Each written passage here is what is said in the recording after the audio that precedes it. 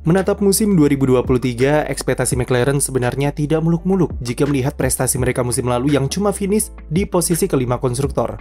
Mobil MCL60 yang mereka rilis tengah malam tadi hanya ditargetkan untuk bisa finish di 4 besar konstruktor, dan McLaren nampak kurang ambisius dengan mobil terbarunya. Sebelumnya, MCL60 menjadi nama dari mobil 2023 mereka untuk memperingati 60 tahun sejak Bruce McLaren mendirikan tim legendaris ini pada 1963. Secara corak warna, kombinasi oranye, hitam, dan aksen biru muda tidak jauh berbeda dari musim lalu. Tampilan wheel cover yang menyerupai internet browser Google Chrome juga masih dipertahankan. Hanya saja kami merasa livery McLaren MCL60 ini lebih ramai dengan tempelan sponsor yang cukup banyak. Berbicara soal tempelan, warna dari livery mobilnya tidak memakai cat, tapi mereka memilih memakai stiker vinil untuk membentuk corak livery di MCL60. Stiker vinil dinilai lebih ringan daripada lapisan cat. Apalagi adanya warna hitam di beberapa bagian yang mengambil langsung dari warna hitam carbon fiber untuk memangkas berat mobil. Dari desain mobil MCL60 jelas merupakan evolusi atau pengembangan lebih lanjut dari mobil MCL36 yang dipakai tahun lalu. Tidak banyak perubahan yang ditampilkan, tapi secara visual bisa kita lihat jika McLaren berfokus pada pengembangan di area sidepod mereka. Hal ini karena di bagian depan tidak banyak modifikasi yang ditampilkan McLaren di mobil barunya. Hanya bagian moncong yang nampak sedikit lebih ramping dan sedikit turun ke bawah.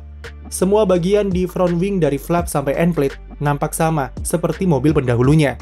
Modifikasi mulai terlihat dari bagian leading edge floor yang menyerupai Ferrari dan posisinya lebih tinggi dari mobil musim lalu. Posisi leading edge tersebut dikombinasikan dengan sidepod inlet McLaren yang mengadopsi desain Red Bull RB18. Sedikit berbeda dari tim-tim lain yang sejauh ini banyak yang meniru desain inlet sidepod Ferrari. Meski mengadopsi Red Bull, McLaren nampak membuat beberapa adjustment dalam hal kemiringan lubang sidepodnya. Hal itu bertujuan selain untuk menyesuaikan sistem pendinginan mobil, tentunya juga untuk menemukan kombinasi antara downforce yang cukup serta keseimbangan yang pas dari lakukan undercut yang dihasilkan. Pengaruh Red Bull juga bisa dilihat dari desain samping sidepod mereka. Mulai dari cara McLaren mendesain area undercut sampai lakukan downwash yang meniru konsep dari Red Bull. Cuman sekali lagi, McLaren sedikit membuatnya berbeda di mobil MCL60. Jika dilihat sekilas mata, desain sidepod mereka nampak sedikit lebih ramping ketimbang RB18 ataupun mobil MCL36 tahun lalu. Yang paling terlihat adalah bagian atas sidepod di McLaren terbaru bisa dibilang lebih menurun dan lebih curam. Lekukan yang ada di samping sidepod juga nampak lebih berfokus untuk mengalirkan aliran angin ke arah bagian dalam daripada bawah floor. Tapi tujuan desainnya tetap sama, yaitu mengalirkan aliran angin ke bagian coke bottle dan diffuser dengan efisien, serta berkontribusi pada pemerataan downforce di area floor.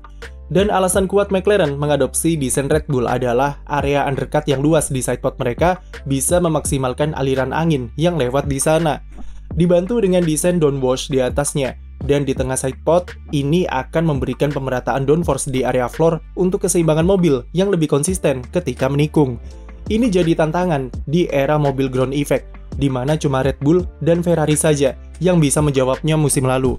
Jadi tidak heran jika desain undercut sidepod mereka jadi primadona di 2023. Sayangnya tidak ada perubahan lain yang ditunjukkan McLaren selain sidepod yang dirombak. Posisi grill pendinginan dan desain engine cover sama persis dengan mobil musim lalu. Bahkan desain floor mereka juga identik.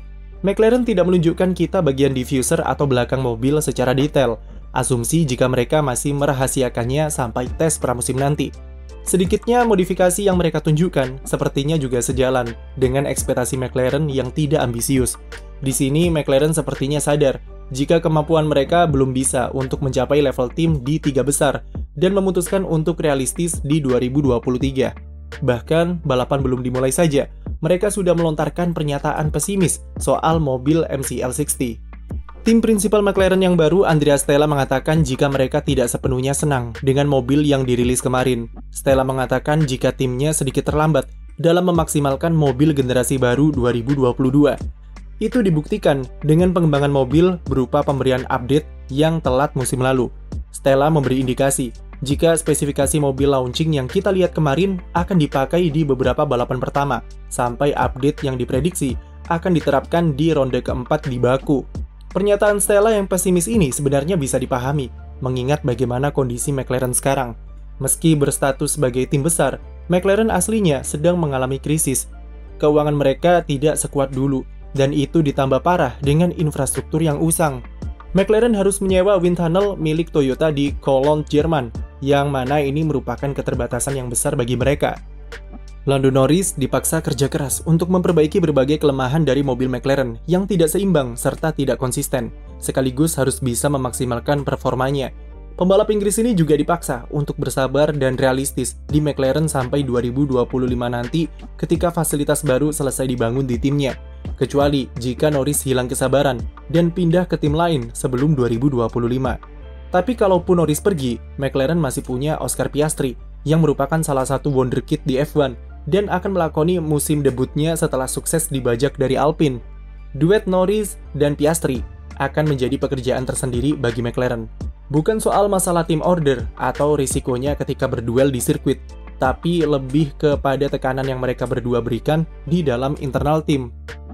Norris dan Piastri adalah pembalap yang sangat ambisius, serta tidak segan untuk mengkritik timnya jika performa mobil tidak sesuai harapan.